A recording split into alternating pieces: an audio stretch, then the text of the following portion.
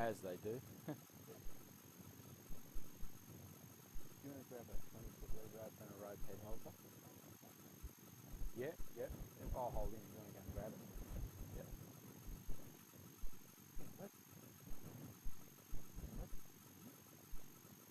So how you been, Kim? Oh, really good, yep. Yeah, it was good yesterday with all that stuff and playing with those horses. There's a lot of stuff to play with, a lot of stuff when they bought it here. It was quite interesting how it reacted, not very good. All that stuff, not very good, like that. Until he comes forward, don't let up on him. It's the same as the loading. It's the same as the loading. All of that stuff has relevance. It's like when we were talking about those other things, you know, people go, oh, it won't load. If it doesn't lead properly, and it doesn't tie up, then it won't load properly. Okay? Oh, yeah. Yeah. Well, he's still got all those things still in there, right, in varying degrees. So, you know, when people say to you, oh, this is, you know, our problem, you know, if you've got that loading issue, you've got all those other problems, okay, but they only want to work on the loading.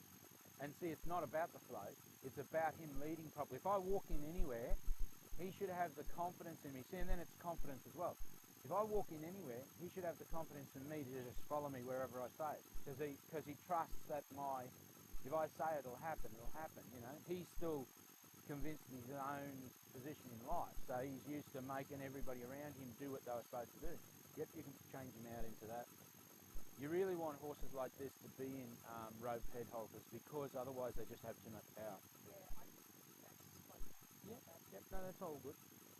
Because with those things, what usually happens with you guys is that they start to go, you know what, because your timing's not correct, okay, they go, okay, I can out-muscle you. Once they start to learn to out-muscle you, it just gets worse and worse and worse on that side of things.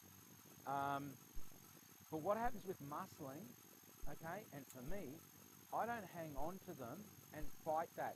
If you watch my hand, it's like a not a sponge, but it's elastic, okay? So I can absorb and give, and I can say, no, you're not going there, and then immediately be able to give on that, so he doesn't get that buffer to really lay back. The harder I pull on him, the harder he will go back. So I'm constantly keeping it moving and saying, buddy, come to me, okay? And if he comes to me, he comes off his own pressure. That's the reason why we green peck our horses. We stay right with them, and we'll often leave the lead rope dragging on the ground behind them, the 10-foot lead rope. They'll stand on it themselves, and they'll get themselves off that pressure. So you don't just leave them where they can get into trouble, you just stay with them. And you'll watch them for a little while. They'll go, oh, geez, you know, I'm hung up here, and then, you know, the light just starts to come on from them. Oh, and this is how. It's getting rid of that initial panic.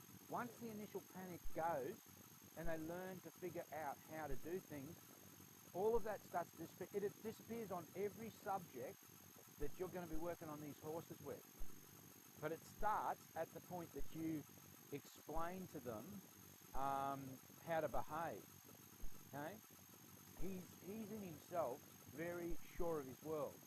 Okay? We had a young lady here with another thoroughbred yesterday, and it's pitching and carrying on and saying, we need to be moving, we need to be walking, we need to be doing something. You watched her, and she had good hands, and she's going, buddy, get off that, make him back up, do a few things with him. But in the end, she had to walk with him. And she's walking him around doing exactly what he wanted. He just wanted to do laps around here, look at everything, this is my world. But he's used to doing that to people. All of this business, like around your face like that, bumps you then, that's respect. He has none, okay?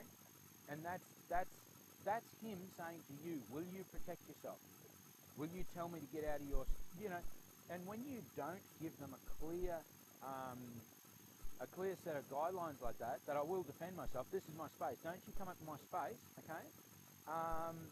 He can't make sense of that. If you won't defend yourself, they respect nothing that will not defend itself, because they will kill themselves or other people or other things if it threatens their life, like if it comes down to that. See, the ignorance and the rudeness of him just walking up, and he knows what he's doing it on purpose. So as he interacts into the conversation, then takes it over, then he goes where he wants to go, okay? The only reason why I'm saying all those things, they're not directed at you with those things, but you're not aware of what they are, Okay, this is what we teach. When you become more aware of what they are, and you